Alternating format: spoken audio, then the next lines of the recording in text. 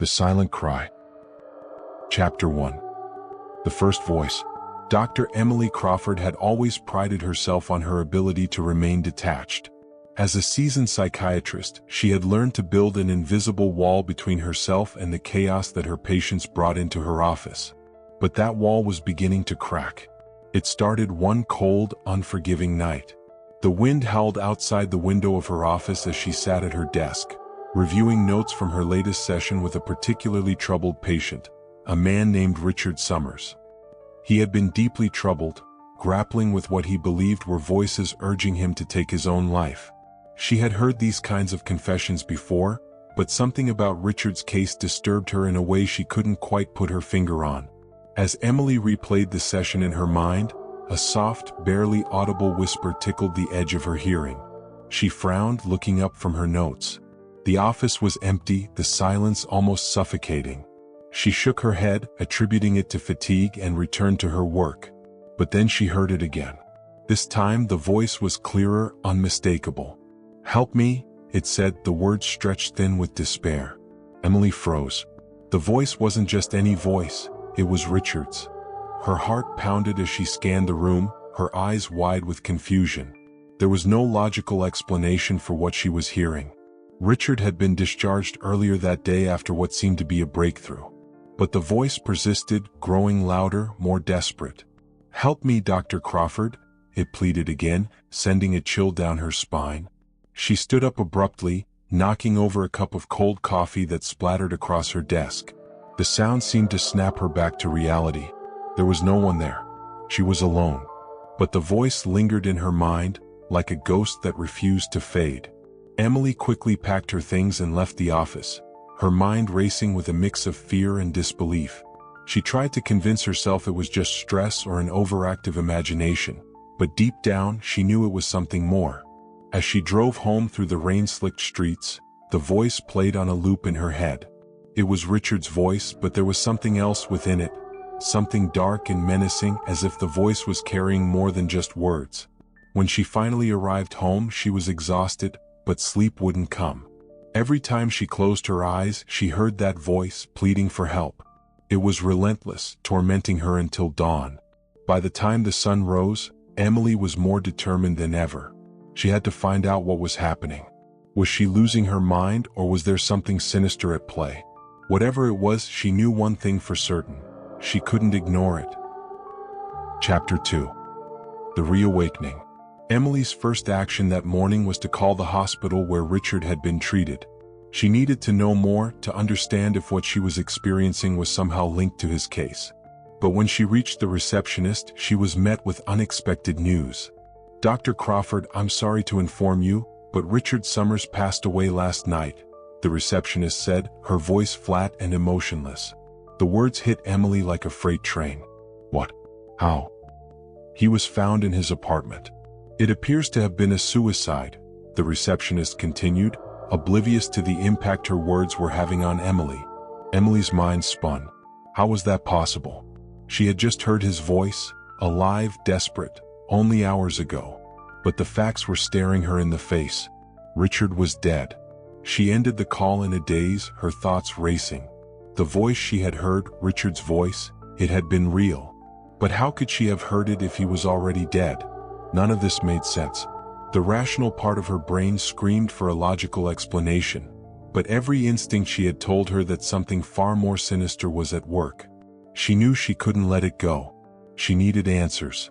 Returning to her office, Emily sat at her desk, the room eerily quiet in the early morning light. She pulled up Richard's file, rereading every note, every detail of their sessions together. There was nothing out of the ordinary, nothing that explained the voice she had heard or the unease that had settled in her chest. Then, as she flipped through the pages, she noticed something she hadn't before.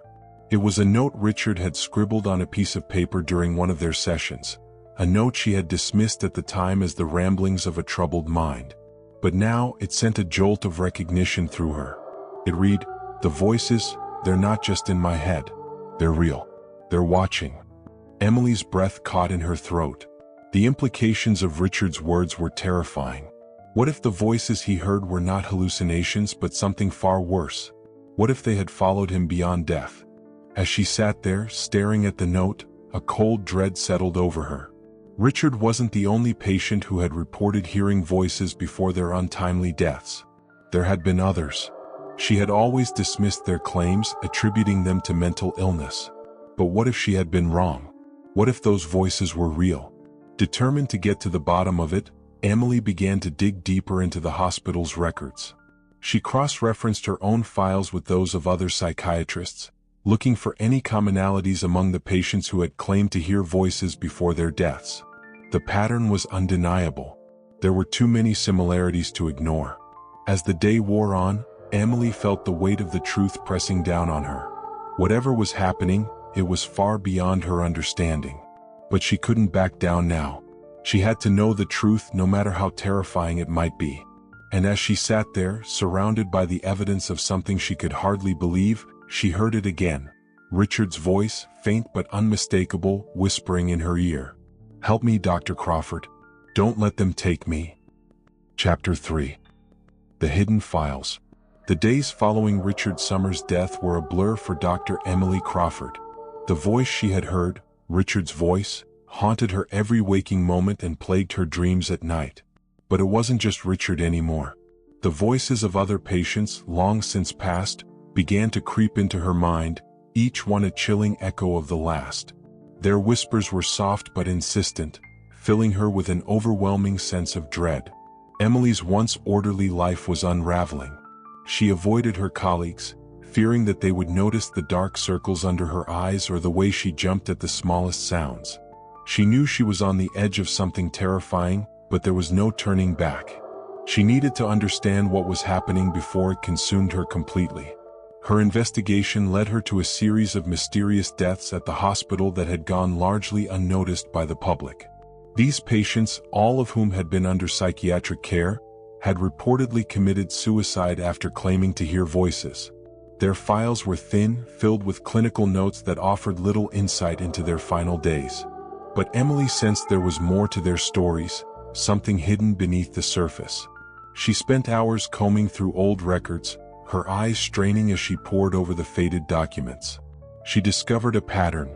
Each of the deceased patients had been treated by the same psychiatrist before they died. Dr. Anthony Whitaker, a man Emily had met only a few times, was known for his unconventional methods and distant demeanor. He had left the hospital under strange circumstances a few years back, and since then no one seemed to know where he had gone.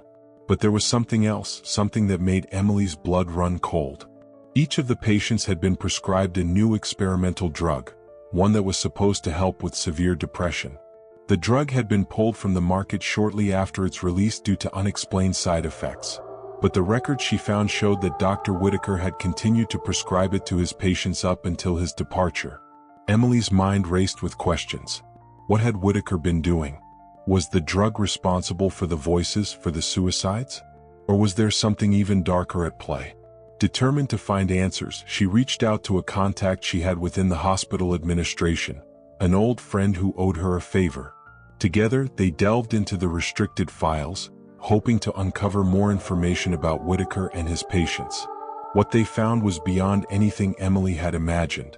Buried deep within the archives were notes from Whitaker himself, scribbled hastily in the margins of patient files.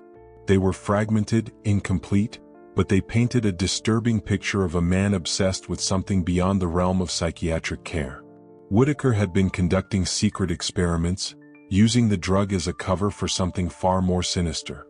The notes hinted at a belief in some form of life after death, a way to communicate with the dead through the voices of the living. Emily's hands trembled as she read the final entry in Whitaker's notes. The voices are getting louder. They know I'm listening. They won't let me stop. The implications were horrifying. Had Whitaker somehow opened a door between the living and the dead? Was that why she was hearing the voices of her deceased patients? The thought made her stomach churn, but she knew she couldn't stop now. She was in too deep, and the voices wouldn't let her rest until she uncovered the truth. That night, as she sat alone in her office, the whispers returned, stronger and more insistent than ever before. They weren't just asking for help anymore, they were demanding it. "Find Whitaker," they hissed in unison, a chorus of voices blending into one. He knows how to stop it. Emily knew what she had to do. She had to find Dr. Whitaker wherever he was and make him answer for what he had done. The voices wouldn't give her peace until she did, and she feared what might happen if she ignored them. But as she prepared to leave her office, something caught her eye. A shadow moved across the window, and for a moment she thought she saw a figure standing just outside. She froze, her heart racing, but when she looked again, the figure was gone. She was no longer sure if what she was seeing was real or just a product of her exhausted mind. But one thing was clear: she was being watched. And whoever, or whatever, was out there didn't want her to find the answers she was searching for. Chapter 4. The Abandoned House. The search for Dr. Whitaker led Emily to a secluded, abandoned house on the outskirts of town. It was the kind of place that no one ever visited, hidden deep within a forest where the trees grew tall and thick, blocking out the sunlight. The house had once been grand, but now it stood as a decaying relic of a forgotten time, its windows shattered and its walls covered in creeping ivy. Emily's heart pounded as she approached the house. The air was thick with tension, and every instinct she had screamed at her to turn back.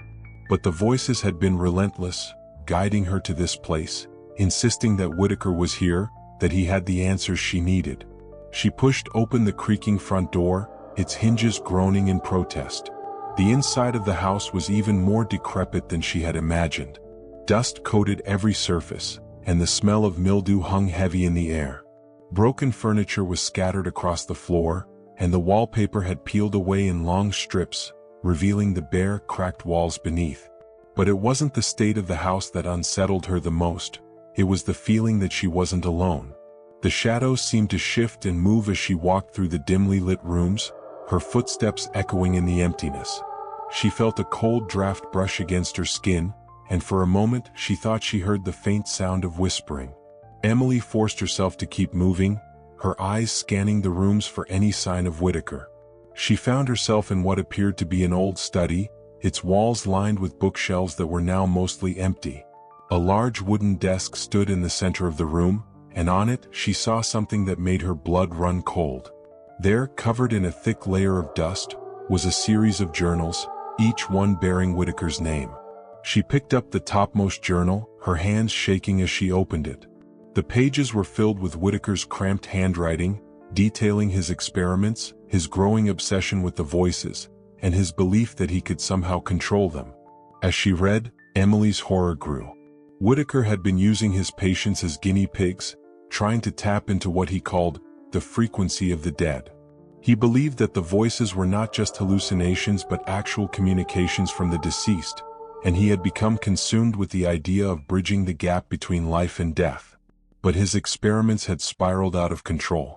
The voices had turned on him, tormenting him day and night until he could no longer tell what was real. His final entries were barely coherent, filled with desperate pleas for the voices to stop, to leave him alone. Emily's breath caught in her throat as she read the last line in the journal. "They're coming for me. I can't stop them. God help me." A sudden noise from the hallway made Emily jump. She spun around, her heart racing, but there was no one there. The house was silent, the only sound her own ragged breathing. She knew she needed to leave, but something compelled her to keep reading, to understand the full extent of what Whitaker had done. As she reached for the next journal, she heard it again, the whispering, but this time it was different. It wasn't just in her mind, it was coming from right behind her. Emily turned slowly, her pulse pounding in her ears. Standing in the doorway was a figure, its outline barely visible in the darkness. She couldn't make out its features, but she could feel its presence, cold and malevolent. The whispers grew louder, filling the room, surrounding her. "You shouldn't have come here, Dr. Crawford," the figure said, its voice a raspy blend of the countless voices she had heard in her head. Paralyzed with fear, Emily backed away, her mind racing. She had come here for answers, but now she realized that some doors were never meant to be opened, and she had just opened the darkest one of all. Chapter 5. The Confrontation. Emily's breath caught in her throat as the shadowy figure loomed in the doorway, the whispers growing into a deafening chorus that seemed to rattle the very walls of the abandoned house. Every instinct screamed at her to run, but her legs felt rooted to the spot, paralyzed by the oppressive presence that filled the room. The figure stepped forward, and as it did, the air around it seemed to darken, the shadows clinging to it like a shroud. Emily could now make out the vague outline of a face, distorted and shifting as if it couldn't hold a stable form. The eyes, if they could even be called that, were empty voids pulling her in, threatening to swallow her whole. "Why did you come here?" the figure asked, its voice a cacophony of the voices Emily had been hearing in her mind, layered over each other in a disorienting, nightmarish harmony. "You should have stayed away." "I need answers," Emily forced out, her voice trembling but defiant. She fought to regain control of her fear, her mind racing for any logical explanation, any shred of reality she could cling to. What did Whitaker do? Why am I hearing these voices? The figure paused as if considering her words, then it seemed to shift, the shadows swirling around it. Whitaker. He opened a door that should have stayed closed. He wanted to speak to the dead, but he didn't understand the cost.